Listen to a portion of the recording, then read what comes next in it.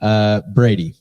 Yeah. What have we been doing to get work when we don't have any? Right now, this all hinges on our availability in our current schedule. We are typically booked out, I want to say, close to a week, maybe a little bit less if they're jam-packed full days. Where we are right now is we are knocking the schedule down to 4 days a week, Monday, Tuesday, Wednesday, Thursday, our normal working days. And then on Friday, our entire team is bringing cleaning trucks, sales vehicles into different neighborhoods, and we're all going door to door. Literally just we're doing what we have to try to eat. So there's one day, and there's two benefits to that. One, your week feels a little bit more steady. You don't have like 2 jobs one day, 6 another. It's like very steady week. And then on Friday, you get a lot of team morale going. And a lot of you guys, it's just you guys right now. And so you actually can afford, you can look at it however you want to, but you can afford to do this every day of the week. It's an immediate return on your time investment. You're getting to do the job right then and there. You're getting to collect the money right then and there at a high profit margin because you're paying yourself as a salesman, a marketing agency, and then you're able to try to get a review. And once you've sold one job, the rest of them truthfully do come pretty easy because you're already right there in the neighborhood. And me and Brady, we went out for 2 days and we sold and completed over $4,000 in 2 days. Over $4,000. Yeah, that's great. Yeah, and that's not like that's obviously the coldest. That's the coldest lead that you've got, right? That they may know our name. They may know our name a little bit, but that's not.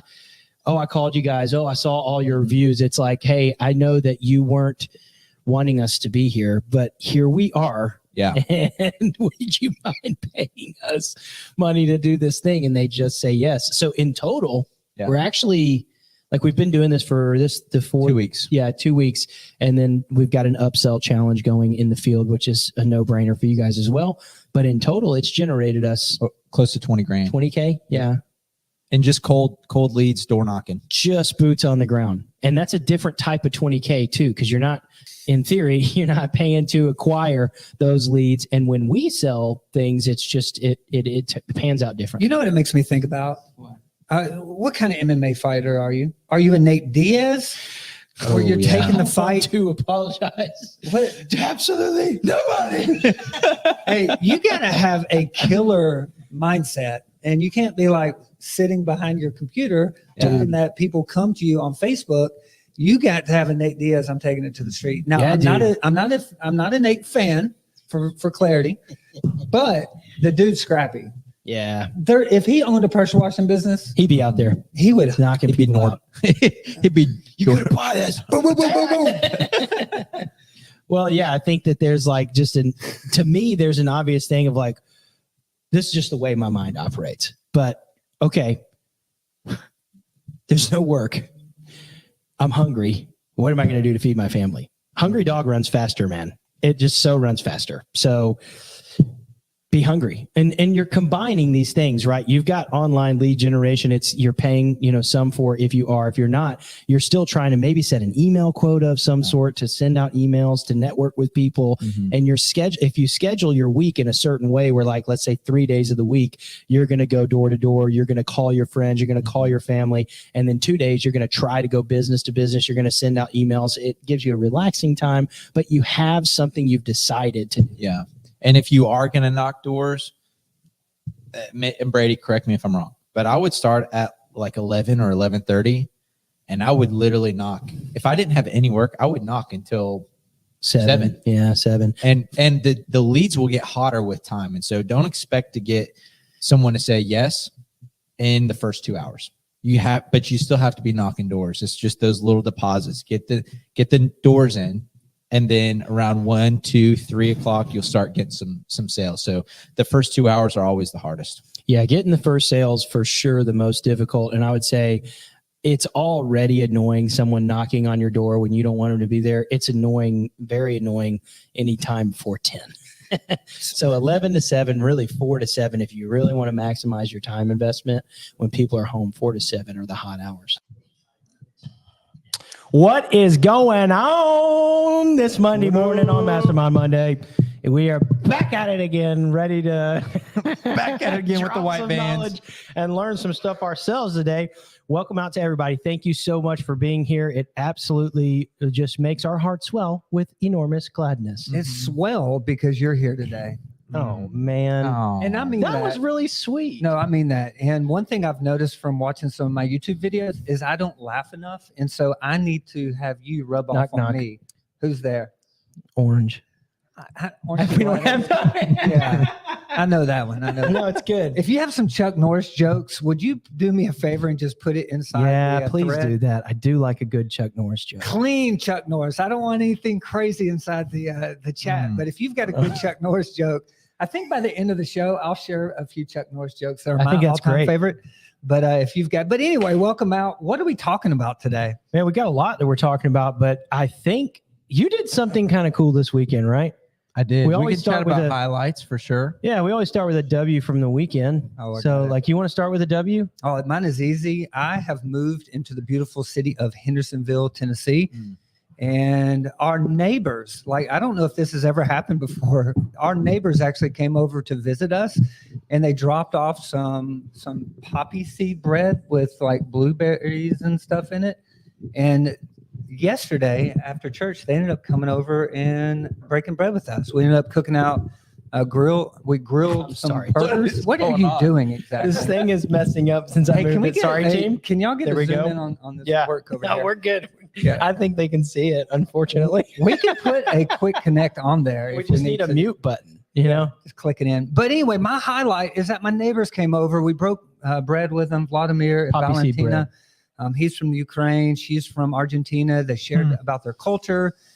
Actually ordered some tea that they said replaces coffee that gives you more long-term energy. Is this the mushroom tea? This is not. No, It's called that was Mati. the bone broth tea I was telling you about. I need to get you some of that. It's called Mati. And so I'm interested.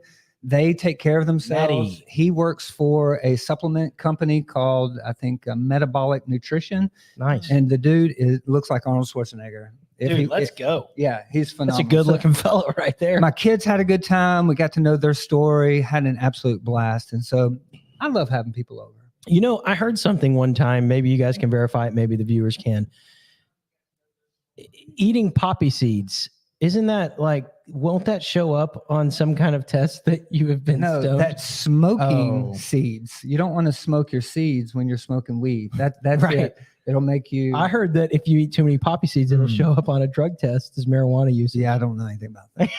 So that's my highlight. Brady, what's your highlight? Man, highlight from the weekend. I'm not going to lie. I think I want Josiah to go just in case he ends up going a little too long because mine won't be that good. And I don't know yet. Okay. So I got to think about it. It's going to be your wife and kids. I mean, it's every definitely week. always that. Yeah. Okay. Yeah, I can share. This past weekend, so on Saturday, which is 2 days ago, right? I don't even know what day it is, honestly. Like, it's been a crazy long weekend, but good because I did what's called the Barkley Fall Classic. This is an incredibly difficult race to do. It's an ultra marathon, and they say that there's around 20,000 feet in elevation change, and that is incredibly, ridiculously hard. And you didn't complete it. I did not complete it. There's a 70% dropout rate. 70% dropout rate. If 100 people are signed up, 70 people are like, I'm out of here. And I was one of them. But I made it to mile 24. And the major takeaway is when you hear people say, like, your mind will tell you to stop way before you actually can. Like, that is so true. Like, there are so many times where like, I'm done, and you just keep on going, you keep on going. And I definitely went way farther than I ever could have imagined going. I mean, it was absolutely ridiculous. If we had pictures, we'd throw them up for you. But I mean, it was absolutely insane. I'm going to be honest with you. If there's any person that I know in the current time of my life that has, I don't know if it's willpower or pride or both mixed enough to have made it through that race, I'm actually a little stunned that you didn't. Do not replace that for me not understanding the severity of the race. I know where I sit in the seat right now, and I get that. But I've seen this dude power through some stuff, man. And I'm like a little stunned. But 24 miles, that's a long way to go rolling around in a bunch of thorns and I was other out people's there for pee probably, you know? 12 hours and 17 minutes is the amount of time I spent on the course. And man, it was rough. It was rough, but Look at very what? Hey, question for you. Oh, Usually, Brady, you are correct. Blake couldn't eat poppy seeds when he was in the Air Force due to drug tests. It'd show up. That's interesting. you would know that. All right. So Josiah, when it comes to would you consider the race, the Barkley? mm-hmm. Would you consider it a win or a fail that you didn't complete the race? And both immediately following the event and now looking back on the event 2 days later. I think it was a total win. It's hard to take something. It's hard to take something like that and consider it a loss. You just can't. If I would have made it 4 miles in, it still would have been a win. But I think it was a lot of like, my family was there, you know, Kendall was there. She ran me, you know, would run up 30 feet and then run me into the aid stations. And so like the overall experience was great. And I feel so satisfied that I left everything out on the course.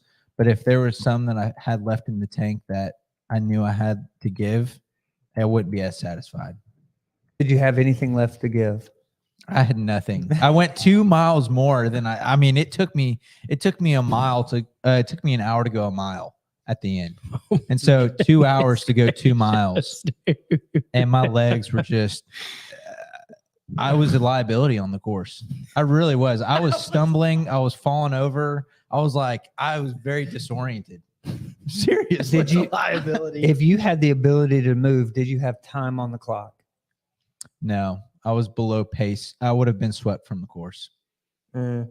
And so I wanted to. If I had all the time in the world, I would have been out there forever. So I would have slowed down, rested, got my legs back into maybe condition, but like I would have been swept. What could you have done differently? I'm just curious. What could you have done differently to make it through the race? In the training that I had, I think that if I would have eaten more and drank more, but the course was so difficult, it was very hard in those conditions to eat.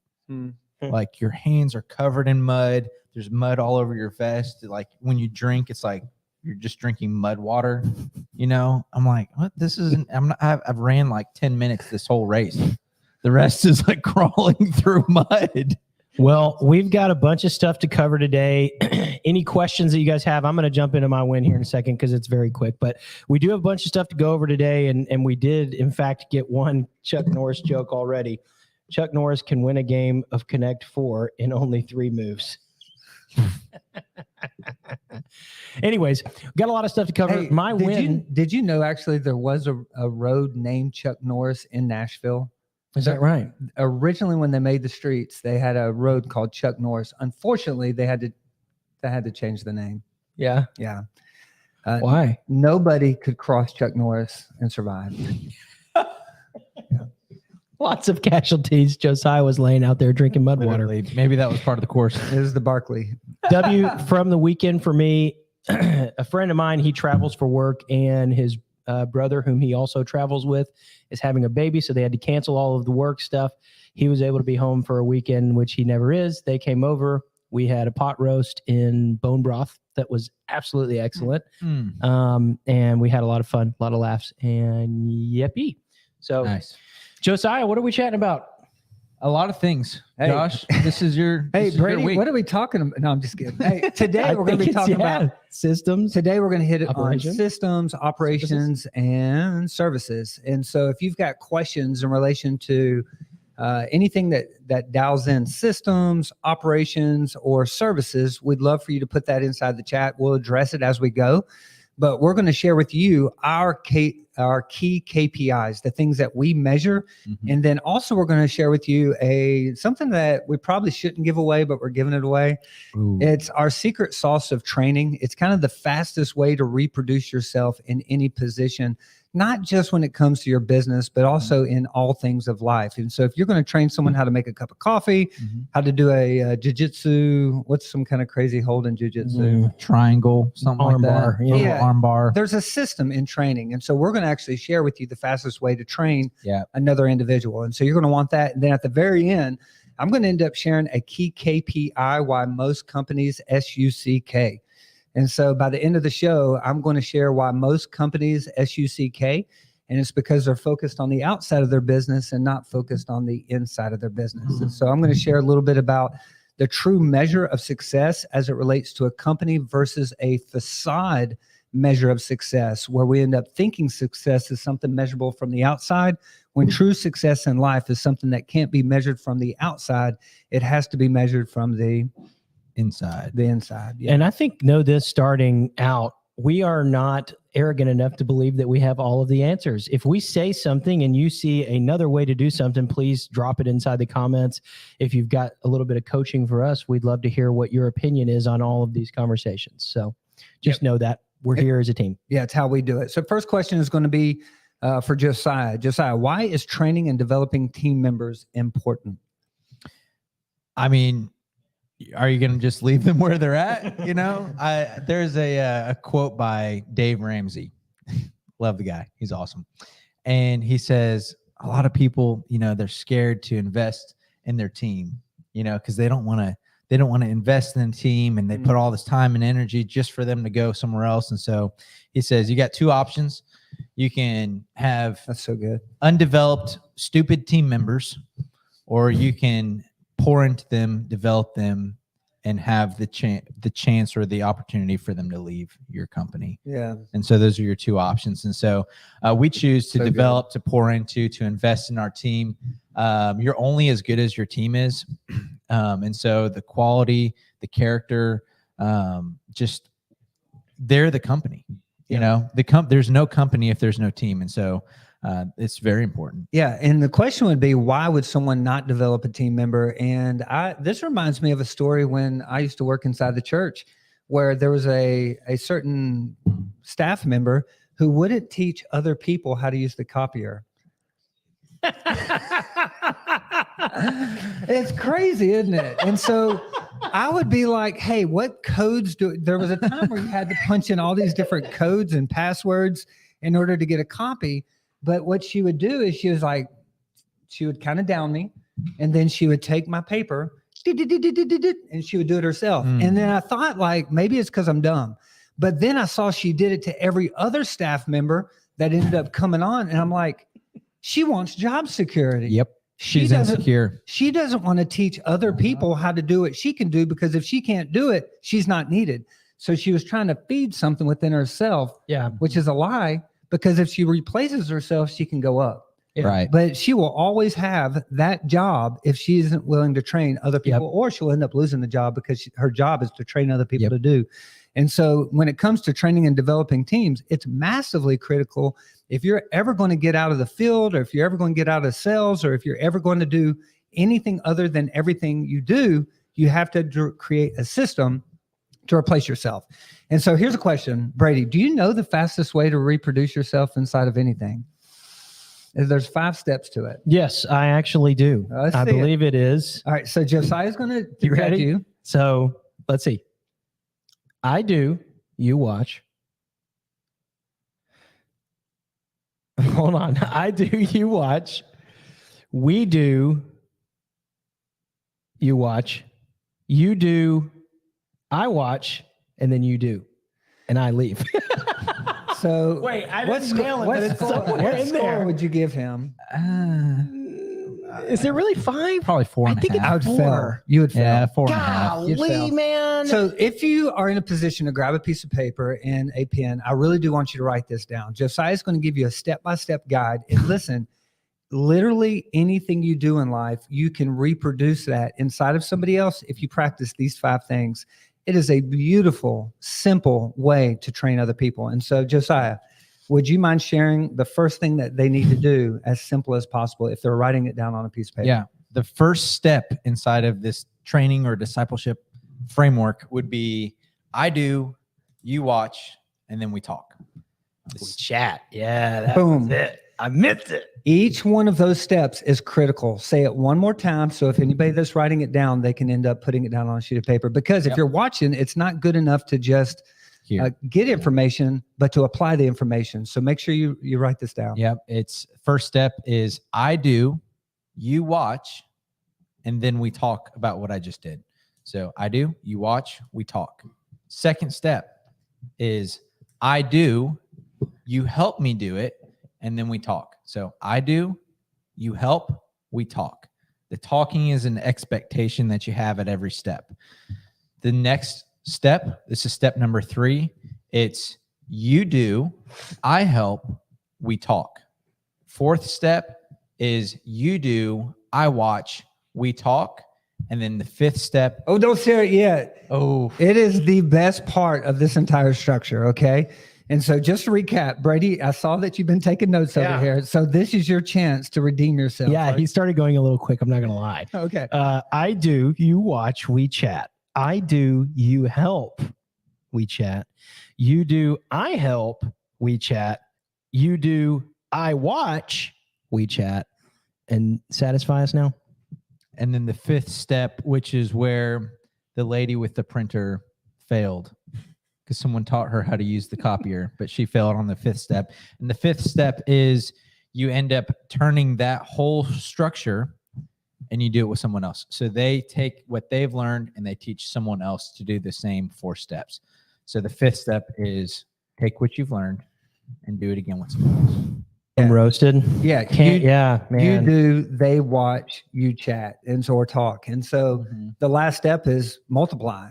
And so why do anything in life if you're not going to multiply it unless you're just looking for something that you can do the rest of your life and never multiply, which doesn't make any sense to me. I feel like we're created to multiply. And, you know, that goes back to Genesis chapter 1, which we're all doing our part. Right. Yeah. Yeah, I think so. Yeah. I think that's a good framework too, and a good filter to put over it. You would have to identify the individual things inside of the system that are the actual doing, the chatting, the so on and so forth. But that's a really good framework. Payne Stockard actually dropped some knowledge inside the chat, and he said that a wife is a good way and the fastest way to reproduce yourself. I don't know. I mean, if my wife was here, she probably would have remembered that. I'm not going to lie. And I did not. So I have no comment. I think that's really good. That's and really so good. there's definitely some questions inside of here is like, what's the fastest way to train a team member? What are the formulas that we use? And what are accountability systems that we have for training team members? So slightly different framework on the question, I feel like, and it comes down to actually what are the systems that you have in place for training, especially as we have replaced ourselves outside of the they train and do that. What are the things that are holding them accountable and holding the team accountable? And I know Josiah and I, but mainly him right now, are doing something right now about that as the accountability. You want to share what that is? As the accountability in regards to training? Yeah, making sure that the workforce is competently trained to do all services. And you're doing something right now that's happening every Thursday for the next, 9 weeks? We get through everyone. Yeah, till everyone's done. Yeah, so I kind of want to start from the beginning. As far as what the training process looks like. And so once we get through the onboarding, which is like all the documents and boring stuff, then they hit what's called like their actual training period. And they have a scorecard. And this is like, they've got boxes, they check off how many services they've done. And then once they've completed, 10 house washes, 10 driveways, 5, wood cleaning services and 5 roof washes with a qualified truck manager. What? You have got a cat that has absolutely destroyed man. your arm. That's not cat scratching. No. Is that battle scars from the bark? Battle Yes. scars, man. Those For are sure. briar patches. It's rough. You should see my legs. Was that in like a pooping like bush, or did you fall off a cliff? Thank or? God I didn't have to do I that. think half the during race that was section. a cliff. Yeah. So anyways, once they've gotten through that checklist, then they get evaluated and then they're promoted to a normal technician. And so that's kind of like the basic training period that we have. But what we're doing right now is what's called a peer review. And so every year we're going to go through a peer review where the team can basically give you an evaluation anonymously and really help provide you with some good feedback and potential blind spots that you might have that you may not be aware of. And so in the military, special forces, you could have a guy who's an absolute stud. He crosses all the T's, dots all the I's. He can pass all the physical fitness. Help me out here. All the physical He appears fitness to be exactly what you see from passes a all the top-down tests. look. Yeah. But if the team doesn't like him, then he gets swept from the course, the class. Yeah. And that's a peer review. And so we don't want just someone who can clean. We don't want someone who can just want someone who can show up on time, but we want someone who's going to actually provide value to the team and to the culture. And so the peer review is essential to allowing the team to give feedback. And I'm sure you've heard us say it 1,000 times if you've been here even longer than one episode or watched any shorts, is like 85% of someone's ability here is basically character. 15% is technical.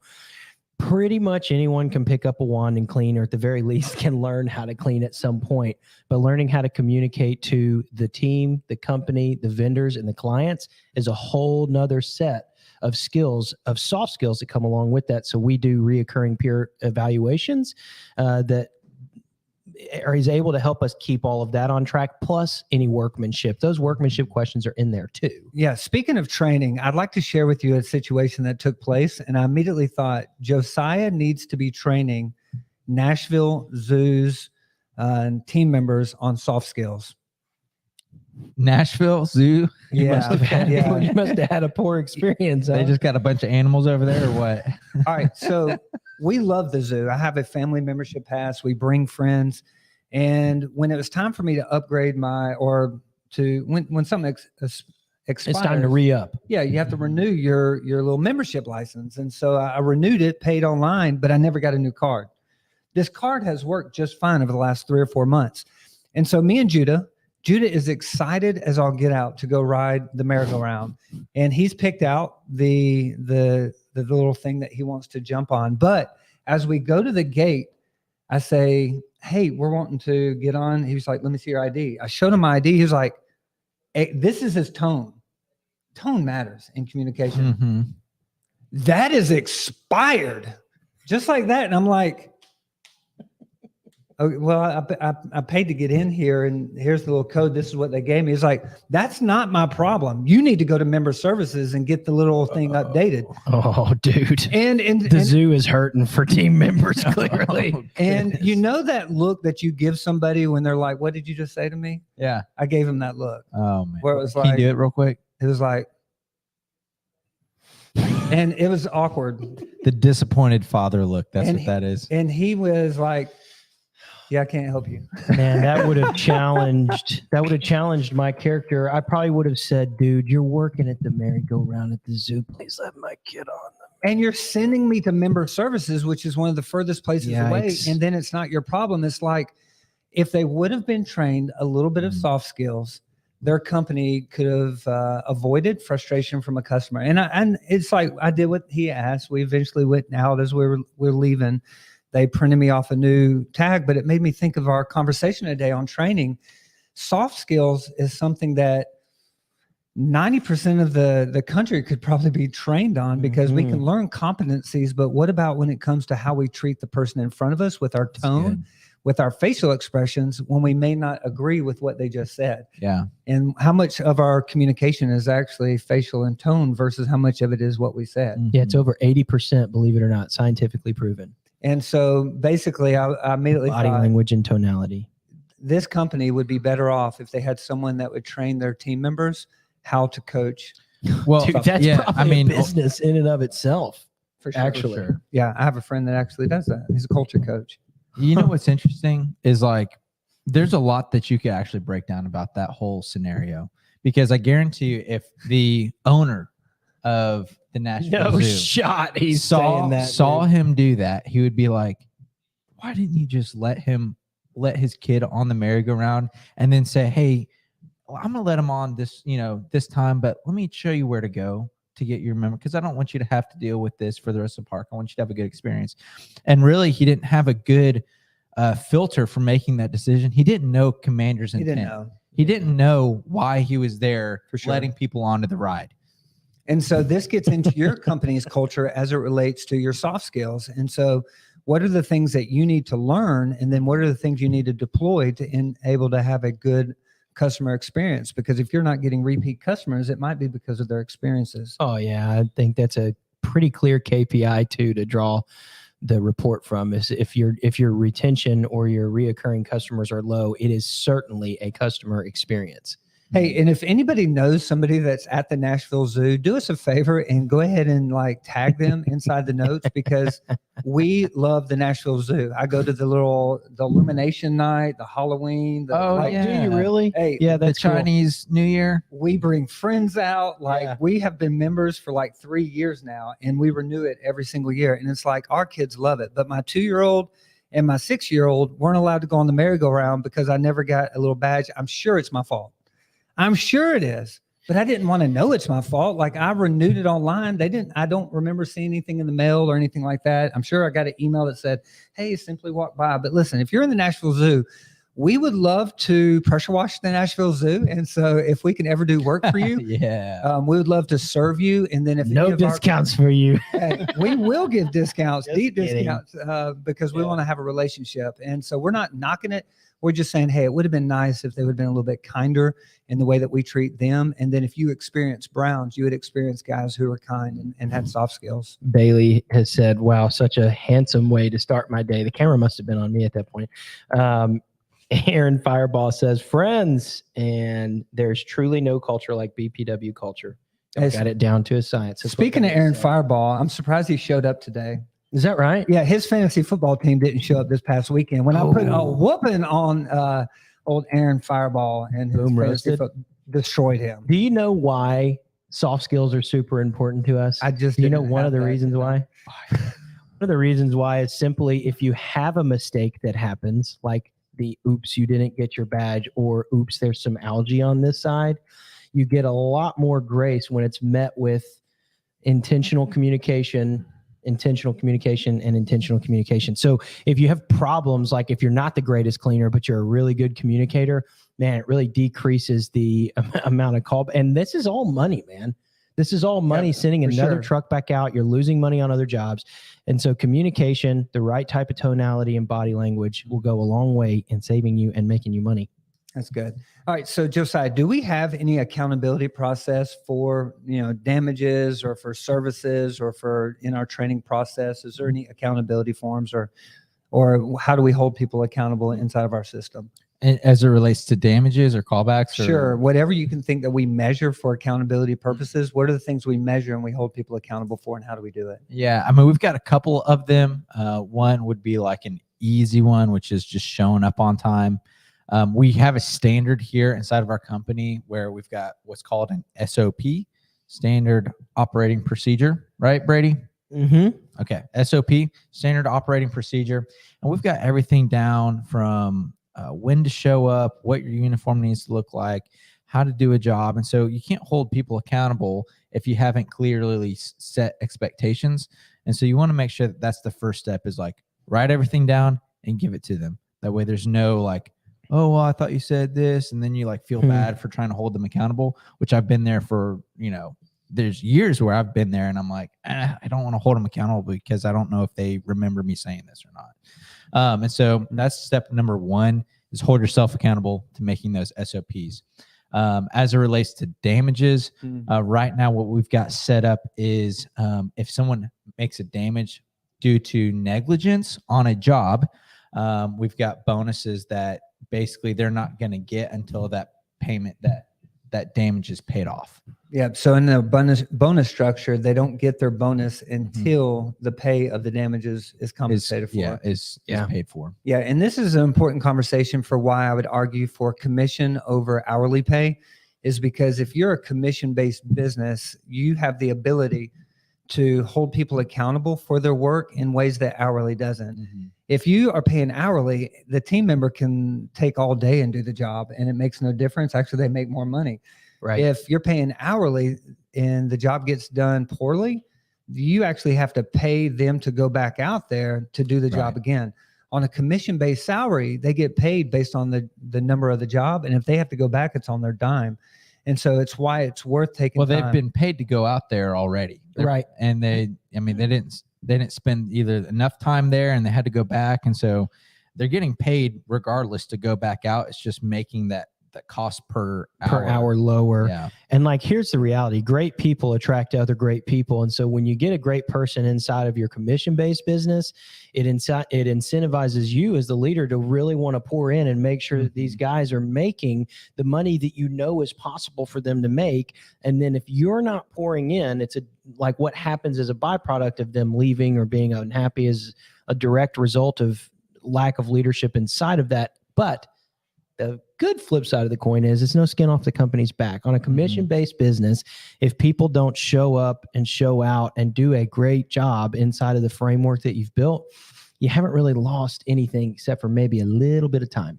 I want to know what our biggest failure is when it comes to our systems. And if we were just to have a candid conversation with everybody that's here and will be here, what would you say our biggest failure as it relates to systems would be? Brady? Accountability. With a caveat. We're working on it. We are actually putting things into place with certain filters that help us hold each other and hold the team accountable. But your systems are absolutely zilch, which is also a really good, like, old Christian band. You remember zilch? Zilch. Yeah. Your systems are absolutely zilch if there's no accountability at the end of the road. And I think we've struggled with that. And I think it's for honest, good reasons of, like, inside of us, we just love so hard that it's like tough sometimes. Yeah, we don't want to just walk a mile. We want to walk a marathon with individuals. And so, super good. hey, Josiah, did you have rules at your house growing up with your parents? Like, was there any expectations of things you were supposed to do weekly or daily? Yes. What were they? Definitely taking out the trash was one of my responsibilities. And would there ever be a point where your dad would be level 10 if something wasn't done? My dad being at level 10 is like me being at level 10. And so, no.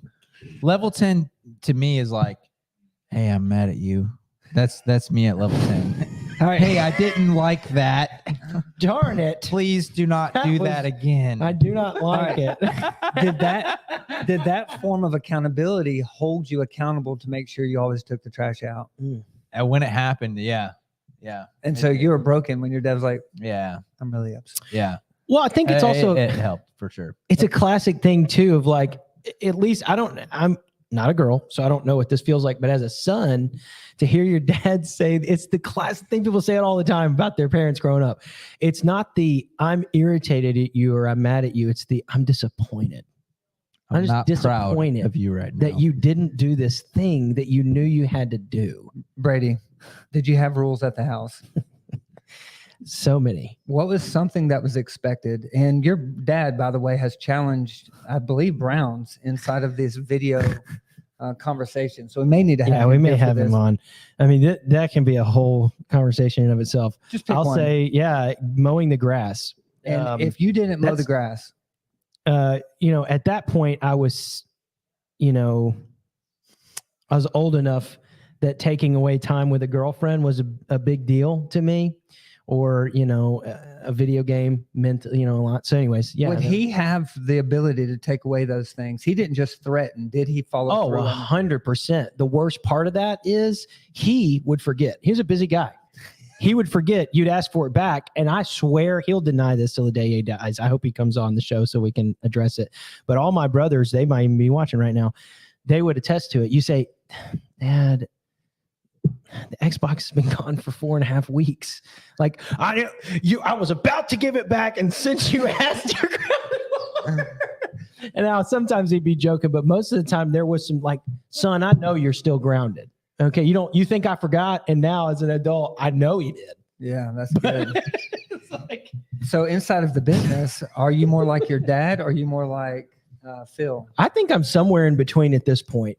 I think I actually am somewhere in between. So, like, because of the harsh accountability, I can see where there is production in holding people accountable and doing what you say is the recourse, there is value there. Yeah. But how you deliver the information is like the caveat. Yeah. And that's probably why we struggle with accountability as a company, is because of what's been modeled and how we've walked away from it, because we really do land with this thing. Hey, if we love long enough, hopefully they'll end up And just taking the trash missionary out and dating. mowing the yard. Yeah. Hey, let's move on to services. Mm. Which of her services would you say has the most amount of risk? Which of our services would you say has the most amount of risk? Christmas lights and roof cleaning. I'd say Risk. for sure. Like risk inside of damaging things. Damages either by general People getting liability hurt, insurance yeah. or by workers' comp. So let's just use those as Yeah, roof cleaning. If anything involves ladders, like there's already going to be a risk inside of the team members. But roof cleaning, and I would actually say wood cleaning, is a risky service because there's so many different variables, and it's risky as it relates to customer expectations. That's You know good. why? Sorry, I shouldn't say anything. You know what? Slippery. No, all right. So Customer expectations, that's another part of the system inside of the sales side. you could fall. There's another part. Yeah, yep. Okay. Inside the sales system, there's like, we have to educate the customer. Right? Yeah, and so we're trying to prevent those things from happening on ladders. We have to and close the stuff. job. So what are some things that we can do to reduce the risk of slipping off of a ladder or off of a roof or maybe even on some wood? Yeah, I mean, there's lots of things. I would say for sure you're going to minimize your chances of what? Nothing. I'm trying not to hit this like our sorry. guy yells at me when I Yeah, do that. Scott, sorry for banging on the table. I'm trying not to. He's constantly telling us not to, and I do it every week so many times. All right, so I would say ladder safety. having another guy on site will, I would say, reduce the risk by 50% of any issues going on. Having ladder straps, strapping your ladder to the gutter, making sure it doesn't sway from side to side. Having a stabilizer, a ladder stabilizer, is the absolute probably number one. They're expensive. Important. They're like $129. It's a cheap price to pay for your safety and for the safety of the gutters, because we've damaged so many gutters by having a ladder right up against the gutter. I mean, it's a no-brainer. You don't even look at buying a ladder without having a stabilizer on it. If you walk roofs, there is something called a cougar paw, which is something we used early on, where it actually has like a Velcro that attaches to the asphalt shingles. Goat ladders. That can help you. Goat ladders is another Goat ladders thing. are a really good one. That applies to a lot of Christmas lights and as gutter well. cleaning and stuff We like got a that. comment inside of here that I think we're forgetting about. We had a team member one time, I won't mention his name, but he fell into a pool. He fell into a pool and hit his head on the side. He the passed side of the out, pool. blood went everywhere. And then it was like, so cleaning pools apparently is a I miss risky him. service. Yeah, I miss too. him. He clearly misses us. Look, Yeah. maybe we just need to get lunch. I don't know. He's definitely He's not still alive. We gone. miss him. He was a Yeah, little he's bit of a liability, but And then the I'm just customer gets joking, I'm mad just at you joking. for falling in the pool. It's like your fault or and you know what's something. funny? He had to go back out there. He did, dude. I And had he to- did I had to not call him. want. I said, man, He did it. she Though. wants you to come back and clean the spot. It's 100%. It's way too much milk. Yeah, so there's a lot of.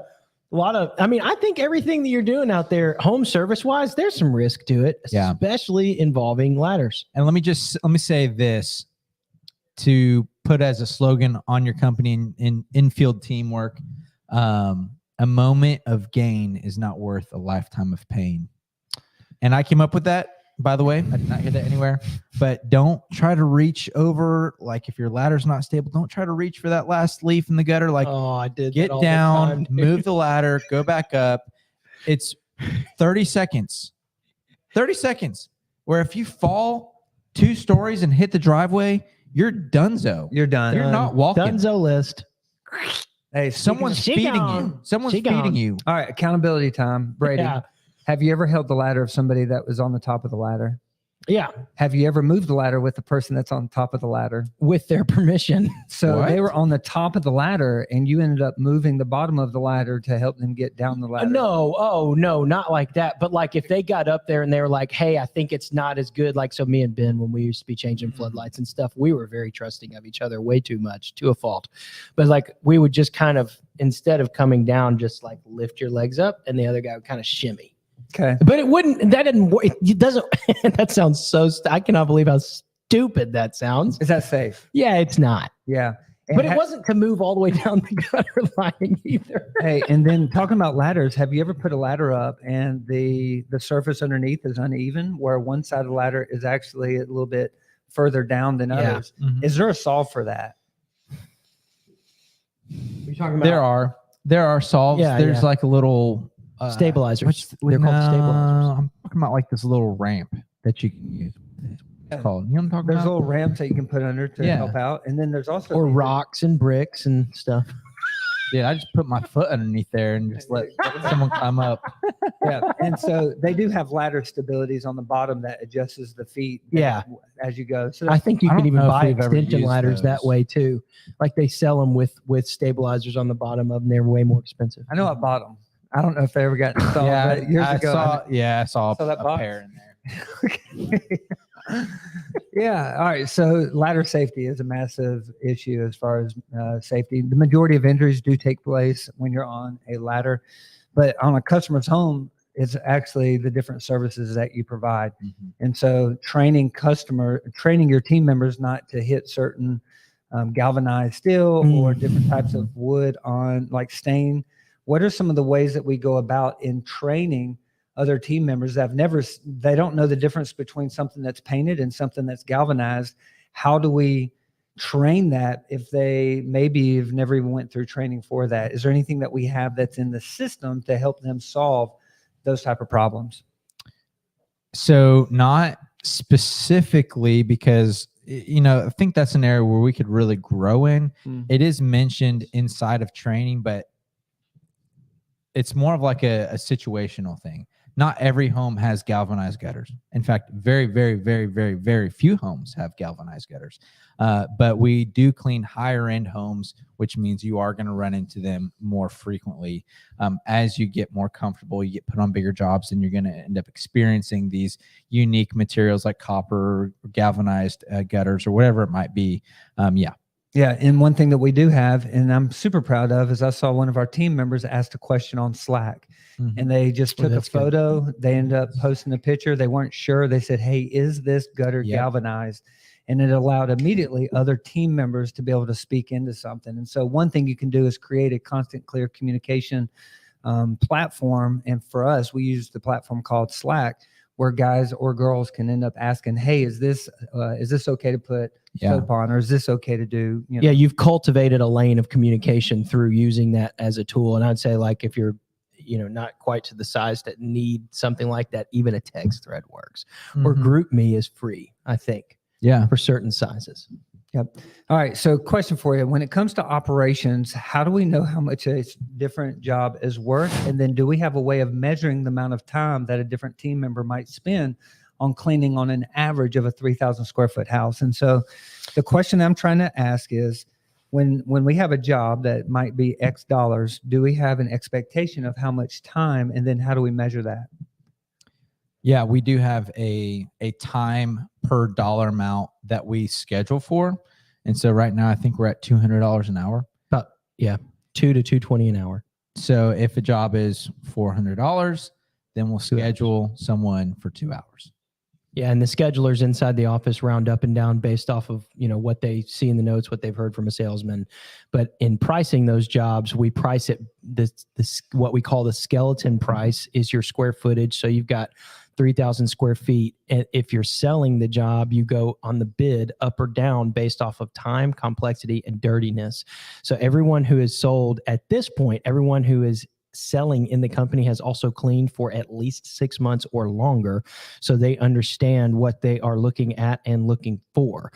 The guys inside the field have a part of their system is to hit on our CRM, House Call Pro.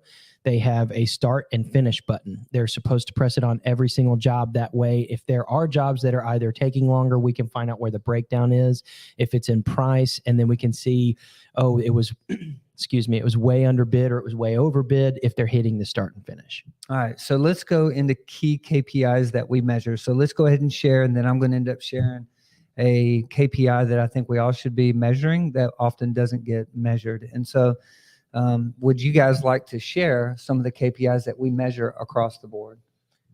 Yeah. Number of jobs. Tons of them, yeah. Yeah, number of jobs, residential, number of jobs, commercial. I would say lead flow, how many leads came in, how many estimates did we put out? I think it's good to touch on too, when we're measuring this is the week prior to the week that it is. So we have a department head meeting where all departments show up to this meeting. We measure it from the week that was prior. So we pull all the numbers that he's mentioning from that week. It's not just randomized. And then quarterly, we do quarterly plans and then an annual report.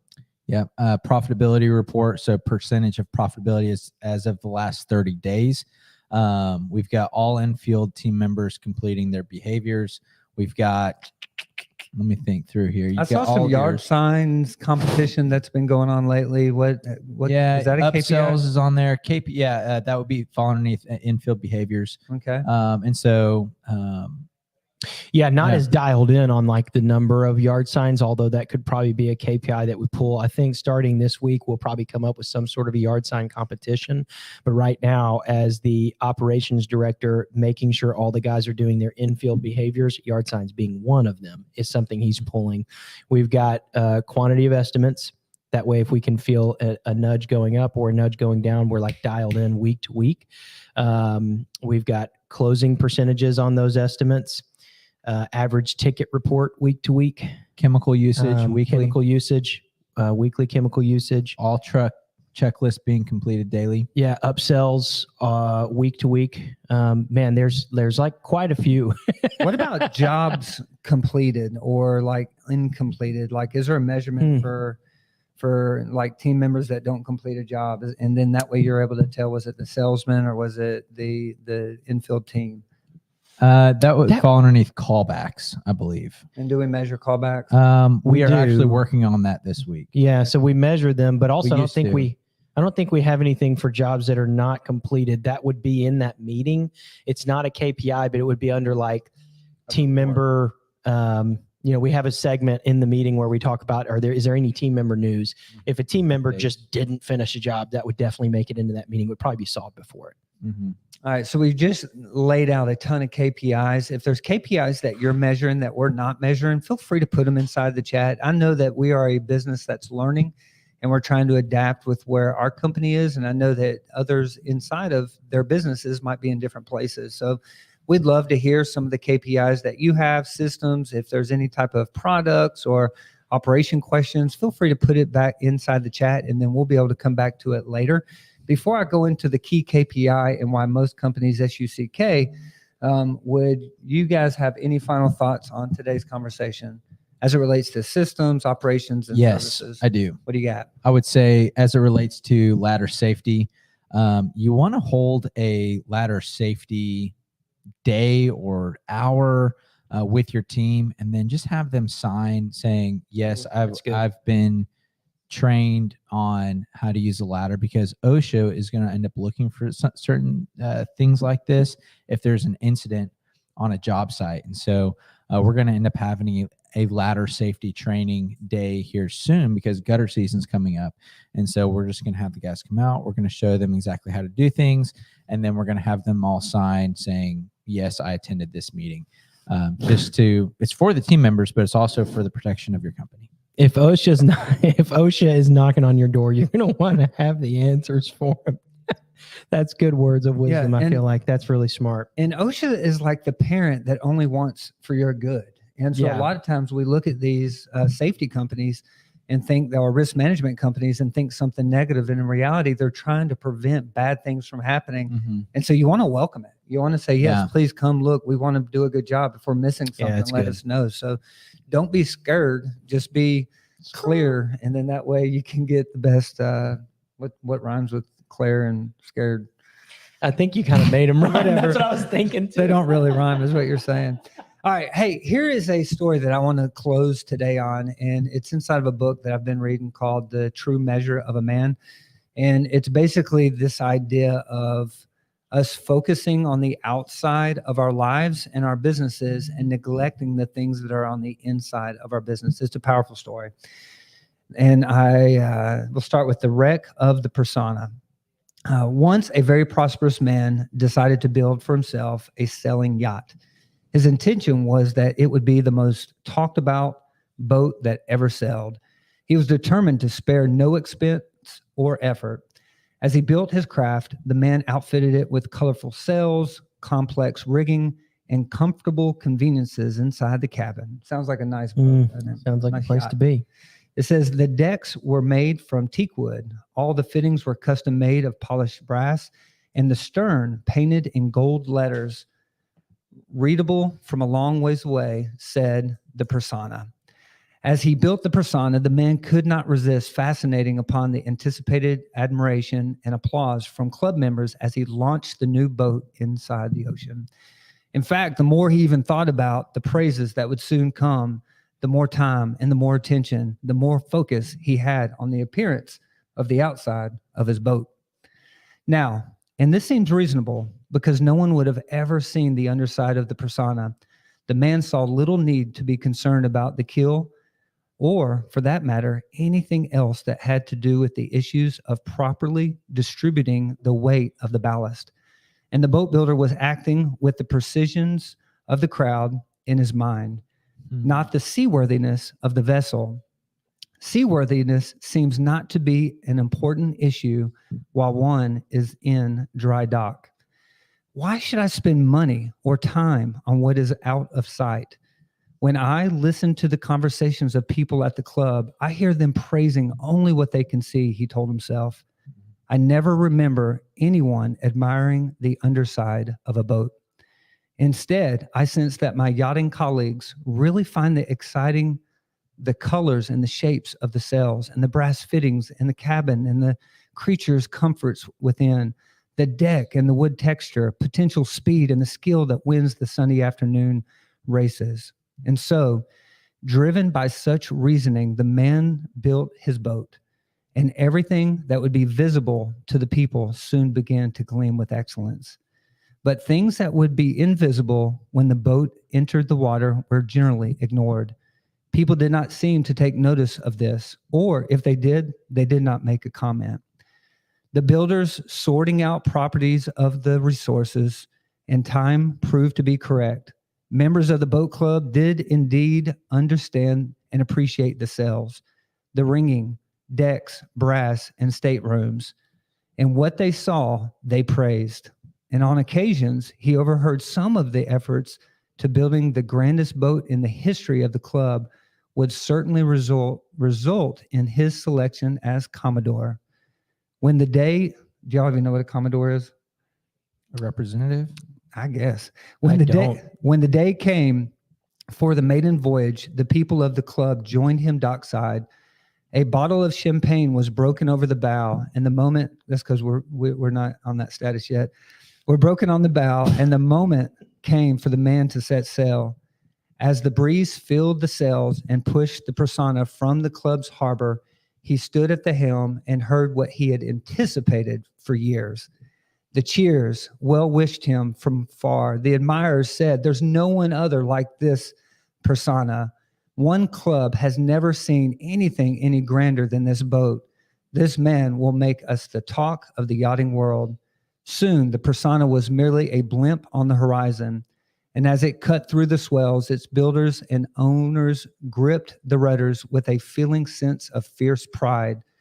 What he had accomplished, he had seized with an increasing rush of confidence that everything, the boat, his future, about being a club member and probably a Commodore, was even the ocean was underneath his control. But a few miles out to sea, a storm arose. It wasn't a hurricane, but not a squall either. There was suddenly a gust in excess to 40 knots and waves about 15 feet high. The persona began to shudder and water swept over the sides. Bad things began to happen, and the poise of the captain began to waver. Perhaps the ocean wasn't his after all. Within minutes, the Persana's colorful sails were in shreds.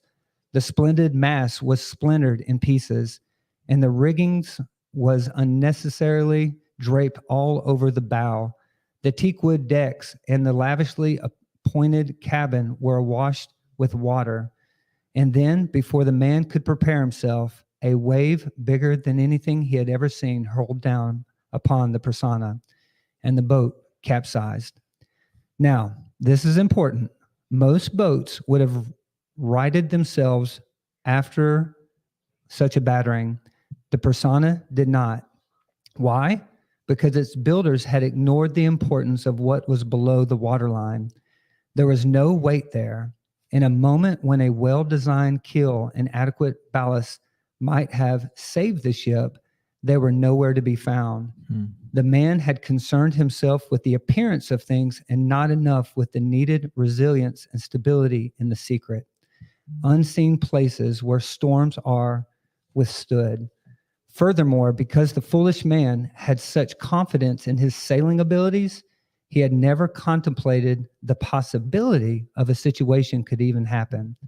And that's why later investigations revealed that there were no rescue devices aboard, no rafts, life jackets, or emergency rations. And the results of the mixture of poor planning and blind pride was the foolish man was lost at sea.